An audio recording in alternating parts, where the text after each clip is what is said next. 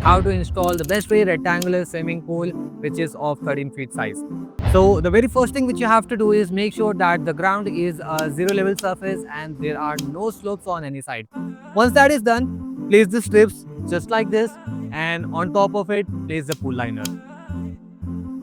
C will come this side and D will come this side, and then we'll be having A, A, B, A, and same on the opposite side, and here C and D, and these joints will come in between like this.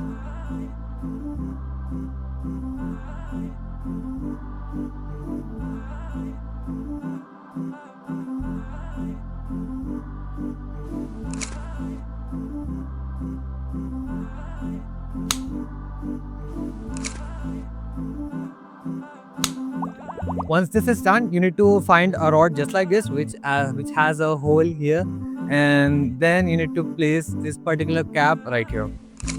So like this, you need to do for all the 12 rods and then connect it here.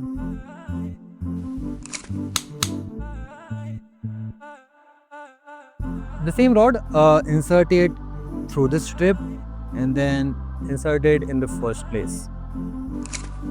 Once this is done, find another rod which has a curve in it and then attach this part and then insert it here.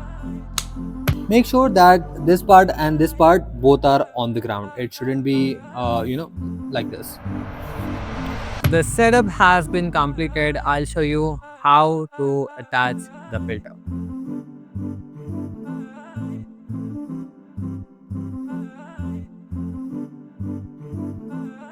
The B pipe will be connected to B point and the A pipe will be connected to A point. Once you have filled the water up to 90%, you need to release the air. As you can see, unlock and lock symbol over here.